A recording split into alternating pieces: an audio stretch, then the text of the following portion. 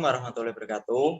Kami dari kelompok 5, di sini kami akan mempresentasikan materi mengenai pengajaran berbasis konsep dan inquiry. Sebelumnya, perkenalkan anggota kelompok kami. Yang pertama yaitu saya sendiri, Riza Nurwahyudi, dan rekan saya ada Sakita Rima Pramesti, Takbira Husna Asfiana, Zainindra Marlin Ali Fahrudin, Muhammad Bayu Pamungkas, Akita Indah Pramesti, dan Pinonda Ardi Pramita. Yang pertama, pada bagian awal abad ke-20, John Dewey 1938 menggambarkan sebuah inquiry pendekatan pemecahan masalah untuk mengajar menggunakan metode yang tidak terlalu jauh berbeda dengan metode inquiry yang digunakan saat ini. Konsep dan pengajaran berbasis inquiry ini terdiri dari penalaran dan pemikiran kesimpulan berdasarkan observasi dan jenis-jenis bukti lainnya, dan biasanya diklarifikasi ke dalam dua kategori, penalaran deduktif dan penalaran induktif. Penalaran deduktif adalah proses menarik kesimpulan logis berdasarkan dua atau lebih premis umum dan pergi dari umum yang ke lebih spesifik. Penalaran induktif di sisi lain membalikkan proses ini dan didefinisikan sebagai proses penarikan kesimpulan dari fakta atau pengamatan fenomena tertentu. Jenis penalaran ini beralih dari yang khusus ke yang lebih umum. Penalaran induktif berfungsi sebagai dasar untuk penyelidikan dan penelitian ilmiah dan mencakup proses penting seperti klasifikasi, pengujian hipotesis, membuat kesimpulan, dan menarik kesimpulan berdasarkan bukti yang valid dan andal.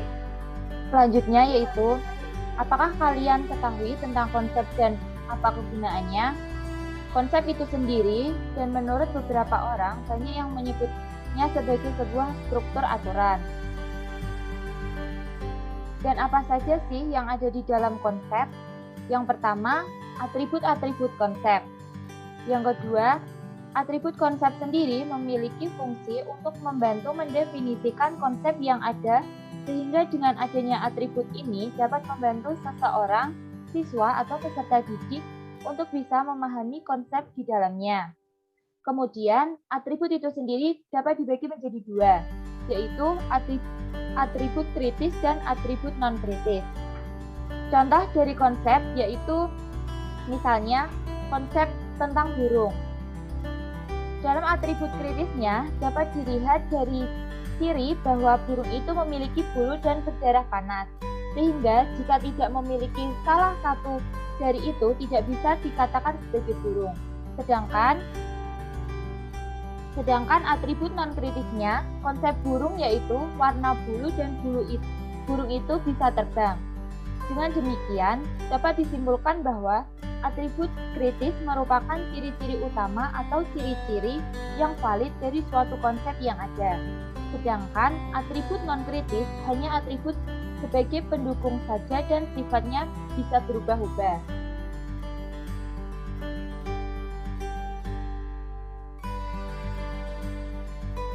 Ada dua pendekatan yang digunakan dalam pengajaran konsep. Yang pertama, pendekatan presentasi langsung, di mana yaitu guru mendefinisikan dan mendemonstrasikan konsep tertentu, memberikan siswa dengan contoh dan non-contoh konsep, kemudian memberikan kesempatan untuk berlatih. Yang kedua, pendekatan pencapaian konsep, yakni membalikkan proses ini dan dimulai dengan memberi siswa contoh dan non-contoh konsep, kemudian melalui proses penalaran induktif, dan membantu siswa dalam menemukan dan mendefinisikan konsep itu sendiri. Terdapat fase dalam pendekatan konsep ini. Pendekatan pencapaian konsep memiliki 5 fase. Yang pertama, dapatkan perhatian, jelaskan tujuan dan alur pelajaran. Fase kedua, berikan contoh dan non-contoh. Fase ketiga, minta siswa untuk memberi nama dan definisi konsep. Fase 4, tes untuk pencapaian konsep. Fase 5, menganalisis proses berpikir. Sedangkan pendekatan presentasi langsung memiliki 5 fase juga. Fase pertama, dapatkan perhatian, jelaskan tujuan dan alur pelajaran. Fase kedua, beri nama konsep atau berikan kritik. Fase ketiga, berikan contoh dan non-contoh.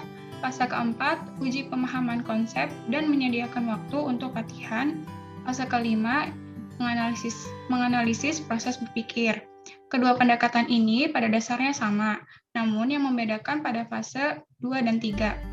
Pencapaian konsep membuat siswa menemukan dan menamai konsep, sedangkan presentasi langsung itu memberi siswa nama dan definisi dari konsep awal.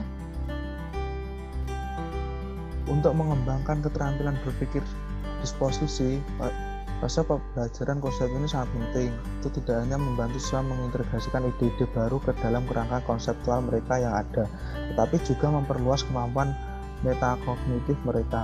Prinsip-prinsip ini berpendapat bahwa pelajaran yang mereka bermakna terjadi ketika peserta didik diberikan kesempatan untuk memilih pengetahuan baru yang relevan untuk membangunnya dengan cara yang masuk akal bagi mereka, dan untuk mengintegrasikan pengetahuan baru dengan pengetahuan yang sudah mereka miliki.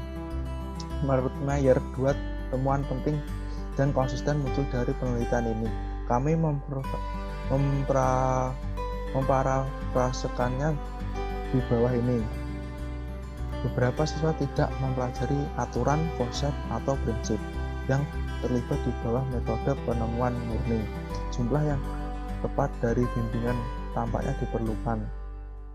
Siswa belajar lebih baik ketika mereka aktif, tetapi aktivitas mereka membutuhkan bimbingan ke arah yang produktif. Mayer menyatakan bahwa studi tidak meniadakan pentingnya prinsip-prinsip konstruktivis, pembelajaran aktif, dan kebebasan untuk mengeksplorasi dan bertanya, namun terlalu banyak kebebasan gagal membantu siswa memilih informasi masuk yang relevan.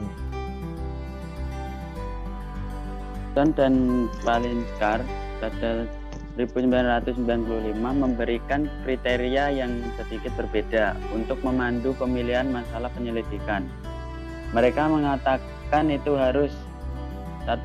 Secara konseptual, kaya sehubungan dengan peluang yang diberikannya untuk penyelidikan yang berarti yang akan menghasilkan pemahaman tentang nilai yang bertahan lama. Yang kedua, fleksibel terhadap isu-isu perkembangan. Yang ketiga, relevan dengan kehidupan anak, sehingga mudah diakses dan menarik.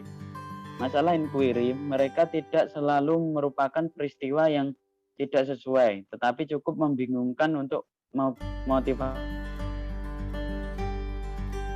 Buku teks, situs web, dan kerangka kerja negara merupakan sumber yang baik untuk menemukan masalah dan topik inquiry. Tugas perencanaan utama meliputi yang pertama, pelajaran inquiry terdiri dari memutuskan tujuan utama pelajaran dan mengidentifikasi masalah penting untuk motivasional untuk inquiry. Yang kedua, mengidentifikasi masalah atau pertanyaan untuk penyelidikan. Fase pembelajaran inquiry yang pertama yaitu orientasi. Yang kedua, merumuskan masalah. Yang ketiga, merumuskan hipotesis. Keempat, pengumpulan data. Kelima, menguji hipotesis. Dan yang terakhir, menarik kesimpulan. Tujuan pembelajaran pengajaran konsep, khususnya pendekatan pencapaian konsep dan pengajaran inquiry, dicapai terutama melalui dialog dan diskusi. Guru berperan sebagai penanya pertanyaan dan moderator diskusi. Dengan demikian, lingkungan kelas dan bahasa yang digunakan sangat penting. Bahasa yang digunakan di kelas mempengaruhi kemampuan kita untuk menganalisis masalah yang kompleks, alasan, dan membuat penilaian berbasis bukti yang baik. Perilaku bertanya dan merespon verbal guru mempengaruhi cara siswa berpikir dan merespon. Selain itu, kontribusi verbal siswa memberikan kesempatan bagi mereka untuk melatih kemampuan berpikir mereka dan mendengar pemikiran mereka sendiri. Pola dalam pengaturan seluruh kelas pada pengajaran berbasis konsep dan inquiry memiliki 3 fase, yaitu yang pertama, initiation, yaitu guru mengajukan pertanyaan tentang pelajaran. Yang kedua, respons, yaitu siswa mengangkat tangan dipanggil dan menjawab atau mengatakan tidak ada apa-apa. Yang ketiga, evaluation, yaitu guru mengevaluasi respon dengan pujian, mengoreksi jawaban, atau menjawab pertanyaan sendiri.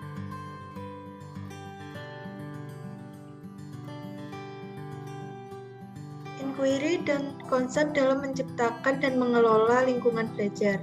Inquiry dan pemikiran berkembang paling baik di lingkungan kelas yang ditandai dengan komunikasi dan wacana terbuka, di mana siswa menunjukkan rasa hormat satu sama lain dan merasa dilibatkan, di mana siswa merasa mereka dapat mengaruhi apa yang sedang terjadi, dan di mana konflik dan perbedaan ide dapat diselesaikan dengan cara yang produktif. Beberapa siswa dan orang tua mereka juga dapat berpikir kritis terhadap pendekatan yang lebih terbuka dan berorientasi pada inquiry. Hambatan dalam pembelajaran inquiry dan konsep, beberapa siswa hanya percaya bahwa mereka membuang-buang waktu kelas yang bisa lebih baik dihabiskan untuk membuat catatan dari kuliah yang mencangkup konten yang mereka yakini akan ada di dalam tes. Beberapa orang tua juga memiliki persepsi paling sering tidak akurat bahwa jalan menuju perguruan tinggi adalah mengembangkan keterampilan untuk memperoleh dan meningkatkan informasi, berbeda dengan memperoleh disposisi dan keterampilan berpikir. Terima kasih atas perhatiannya, kurang lebihnya kami memohon maaf.